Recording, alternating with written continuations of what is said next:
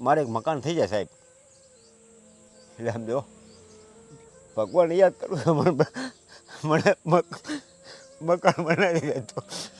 પહેલા તમે રડોમાં, અમે ચોક્કસથી તમને મકાન બનાવી દઈશું. ઠીક છે, બિલકુલ ચિંતા નહીં કરો, પ્લીઝ તમે રડો નહીં.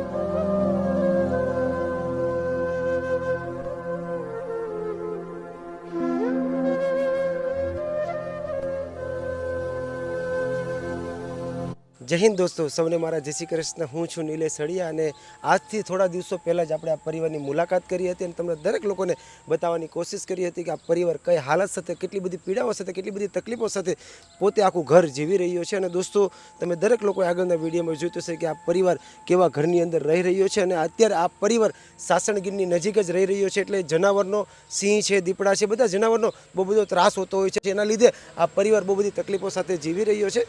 તો બસ આજે આ પરિવારની જિંદગીમાં બદલાવ લાવવાની કોશિશ કરીએ અને આ પરિવારને એક નવી જિંદગી આપવાની કોશિશ કરીએ. તો બસ વિડીયો સાથે બન્યા રહેજો અને તમારા દરેક ગ્રુપમાં વિડીયોને શેર કરજો. આજે આખા પરિવારની આપણે જિંદગી બદલવાની કોશિશ કરીએ. સાહેબ કાલ દીપડો આવ્યો હતો, એટલે કાલે જ દીપડો આવ્યો હતો. તમે જોઈ લો, તમે આ તોડી મારા બે નાના છોકરા છે સાહેબ. હવે હું જાગી ગયો, મને ખબર પડી સાહેબ. હવે મારા છોકરે ઉપાડી ગયો, કાણે ઉપાડી ગયો હોય? આ તો મારા ઘરના તો હાવ ફેલ છે હાવ. હું જાગ્યો સાહેબ, દીપડો પાછો વી ગયો, બધી પટ્ટી તોડી વી ગયો. આ જોઈ લો સાહેબ. એટલે આ દીપડાએ બધું તોડી નાખ્યું અને ગઈકાલે જ તે ગઈ સાંજે, આજ સાંજે. અને તમને કંઈ નુકસાન પહોંચાડ્યું હોત તો તમારા છોકરાને તો કહું સાહેબ, હવે હું ફોરેસ્ટર પાસે ગયો હોય તો મને પૈસા દે થોડા ઘણા. કેટલા? તો મારું તો વી ગયું જિંદગી આખી. પૈસા તો શું કામ ના? છોકરી વી ગયો, છોકરો વી ગયો હોય તો મારે શું કરું સાહેબ? હે, સાચી વાત છે. હે, પૈસા નથી વાલા, મને અનાજ જોઈએ મારે ખાવા. પૈસા નથી ભૂખ્યો હું સાહેબ, મારે પૈસા નથી જોતા. તો આજે અમે તમારી શું મદદ કરીએ? તો એક મને મકાન બનાવી ગયો સાહેબ. મકાન બનાવવું છે? હા. તો મકાન કેમ બનાવવું છે? આ છોકરાનું સાહેબ, મારે ઝૂંપડું છે. તાળો વાંકી દીધો હોય પછી દીપડો નહીં આવે ને મારી પાસે. તાળો વખાઈ ગયો સાહેબ, એટલે દીપડો નહીં આવે ને. અને આજે તમારી પત્નીને શું થયું છે? એ તો હાવ બીમાર છે, એને લોહી વળી ગયું સાહેબ. છોકરો ઓફ થઈ ગયો, એને જીવડા પડે મગજમાં જીવડા. મારે મકાન મળી જાય એ ભગવાન સમજો, તો મારે ભગવાન કહું શું કહું? પગે ના લાગવાનું હોય. હવે તમારા રડવાના દિવસો દૂર છે અને હવે તમારી જિંદગીમાં બહુ મોટો બદલાવ આવશે. આજથી તમારા દીકરાઓ પણ નવી જિંદગી જીવશે. ઠીક છે, એટલે બિલકુલ તો તમે મારા ભગવાન સમજે, બીજું કોઈ નથી. તમે મારા ભગવાન, બસ પગે ના લાગવાનું હોય.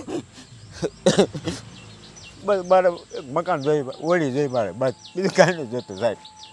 મકાન બનાવવું હા, બની જાય એટલે મારે બીજું કાંઈ નથી સાહેબ. મકાન બની જાય તો છોકરા. હું 5-4 વર્ષથી પોલીસ મારી કેવી જિંદગી આગું છું સાહેબ, તો મને ખબર પડે, બાકી બીજા ન ખબર પડે. બીજા પૈસા હોય. મારે એક મકાન થઈ જાય સાહેબ, એટલે આમ જો ભગવાન યાદ કરું તો મને મકાન બનાવી દેતો. પહેલા તમે રડોમાં, અમે ચોક્કસથી તમને મકાન બનાવી દઈશું. ઠીક છે, બિલકુલ ચિંતા નહીં કરો, પ્લીઝ તમે રડો નહીં. આજે તમે રડો એ અમને બી સારું નથી લાગતું અને આજે તમારી પરિસ્થિતિ તમને રડાવી રહી છે, પણ આવનારા સમયમાં તમારી પરિસ્થિતિ તમને ખુશ કરશે. ઠીક છે, એટલે બિલકુલ ચિંતા નહીં કરતા. તો દોસ્તો, તમે દરેક લોકોએ આગળના વિડીયોમાં જોયું હશે કે આ પરિવાર કઈ હાલત સાથે, કેટલી બધી તકલીફો સાથે અત્યારે આ પરિવાર જીવી રહ્યો છે. અને પરિવાર પાસે કોઈ પણ પ્રકારની ઘરની વ્યવસ્થા નથી. એક તૂટેલા ફૂટેલા ઝૂંપડાની અંદર રહી રહ્યો છે. અને ભાઈએ કીધું એ પ્રમાણે ગઈકાલે જ અહીંયા દીપડો આવ્યો હતો અને આખું ઘર અમારું તોડીને જતો રહ્યો. આજે મારા નાના દીકરા છે, મારા દીકરાઓને હું ક્યાં લઈને જાઉં? તો બસ આજે આ પરિવારનું આપણે ભાવથી, પ્રેમથી એક મકાન બનાવીએ, જેથી કરીને આવનારા સમયમાં આ પરિવાર પોતાની જિંદગીમાં શાંતિથી રહી શકે અને આવનારા સમયમાં આ પરિવારને જે પણ તકલીફ પડી રહી છે એમાં બહુ મોટી રાહત મળે. તો બસ દોસ્તો, વિડીયો એન્ડ સુધી જોજો અને તમારા દરેક ગ્રુપમાં વિડીયોને શેર કરજો. અત્યારે તો આ ભાઈનું, આ પરિવારનું ભાવથી, પ્રેમથી મકાન બનાવીએ.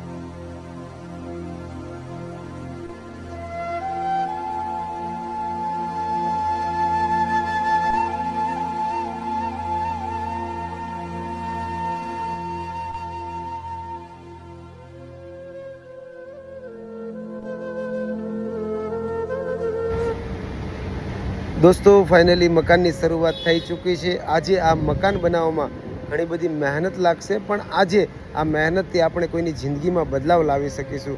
તો બસ આ વિડીયોને તમારા દરેક ગ્રુપમાં શેર કરજો. બસ આજે આ પરિવારનું મકાન બનાવીએ. તો મળે છે નેક્સ્ટ વિડીયોમાં. ત્યાં સુધી તમારું અને તમારા પરિવારનું ધ્યાન રાખજો.